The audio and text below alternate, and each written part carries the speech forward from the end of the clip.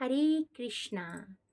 भक्तों, आज एक बहुत ही सुंदर और छोटी सी सच्ची घटना की एक कहानी आपको बताने जा रही हूँ मैं। एक बहुत ही अमीर व्यक्ति था, बहुत अमीर व्यक्ति। तो उसको एक दिन रात को नींद नहीं आ रही थी, पेशेंट था, परेशान था बहुत। तो रात सोचता है कि एक लॉन्ग ड्राइव के लिए निकल जाता हूँ, शायद बाहर की ठंडी हवा में थोड़ा घूम के आऊँगा तो मुझे नींद आ जाएगी। तो भक्तों, वो बाहर चला जाता है घूमने, गाड़ी लेकर निकल जाता है तो देखता है कि एक मंदिर की लाइट जली हुई है। मंदिर, रात का समय है, बहुत 2:30-3 बजे थे मंदिर में। और लेकिन मंदिर का जो बाहर का गेट वो है, आंगन जो खुला, वो खुला हुआ है और लाइट जली हुई है। तो वो देखता है, गाड़ी रोकता है और अंदर जाके देखता है तो एक व्यक्ति वहां बैठकर रो रहा होता है।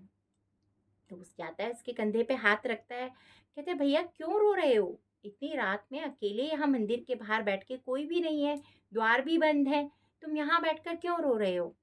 तो कहता है कि मेरी ना माँ बहुत ज़्यादा बीमार है और अस्पताल में है, एडमिट है, लेकिन मेरे पास पैसे नहीं है कि मैं उसका कल ऑपरेशन करवा सकूं। तो मेरे पास तो एक ही साधन है, वो है ये ठाकुर जी। तो मंदिर खुले ना खुले, मंदिर के अंदर है, लेकिन मैं तो अपनी प्रार्थना उनसे यहीं बैठकर उन्हीं से कर रहा हूँ। और मैं उनसे कह रहा हूँ कि कल सुबह तक आप पैसों की व्यवस्था कर दो तो मैं मेरी माँ का ऑपरेशन करवा दूँ। डेडलाइन दे दी है डॉक्टरों ने कि अगर कल ऑपरेशन नहीं हुआ तो फिर हम आपकी माँ को नहीं बचा पाएंगे। तो कहता है अरे तुम चिंता मत करो। वो अपने गले में से चेन उतार के, गोल्ड की चेन होती है 2.5-3 तोले की, और उसको दे देता है। और अब तो आप जानते ही हो सोने के क्या भाव और क्या वो है। तो वो कहता है कि भैया ये तो आपकी, कहता है कोई बात नहीं, मेरे पास तो ऐसी बहुत चेन रखी हैं, बहुत पैसा है मेरे पास भगवान की दुआ से, लेकिन चैन नहीं है। चैन है लेकिन चैन नहीं है। मतलब इंसान के, जिसके पास धन दौलत है उसके पास नींद नहीं है, जिसके पास नींद है उसके पास धन दौलत नहीं है। तो भगवान की व्यवस्था, भगवान किसके लिए क्या करते हैं भगवान ही जाने। तो अपनी अंगूठी, अपनी चेन, सब और कुछ पैसे होते हैं सब दे देता है और कहता है कि सुनो, एक काम करो, मेरा फ़ोन नंबर और लिख लो।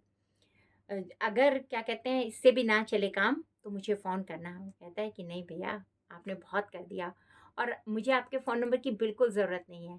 तो बोला क्या मतलब? कि मैं जिनसे प्रार्थना करने आया था ना, उन्होंने आधी रात को आपको भेज तो दिया मेरे लिए। तो भक्तों, इनसे प्रार्थना कीजिए, इनकी शरण में जाइए, इनसे मांगिए जो कुछ मांगना है। ठाकुर जी से, ठाकुर जी की, राधा रानी के चरण चरण पकड़ लो। हमें किसी मनुष्य के आगे झांक झुकने की ज़रूरत नहीं पड़ेगी। वो स्वयं चल के आके आपके पास स्वयं मदद भेजेंगे, खुद करेंगे आपकी रक्षा। तो विश्वास ऐसा ही होना चाहिए। धन्यवाद। अगर आपको अच्छी लगी हो कथा तो और लोगों को भी सुनाएं। जय श्री कृष्ण।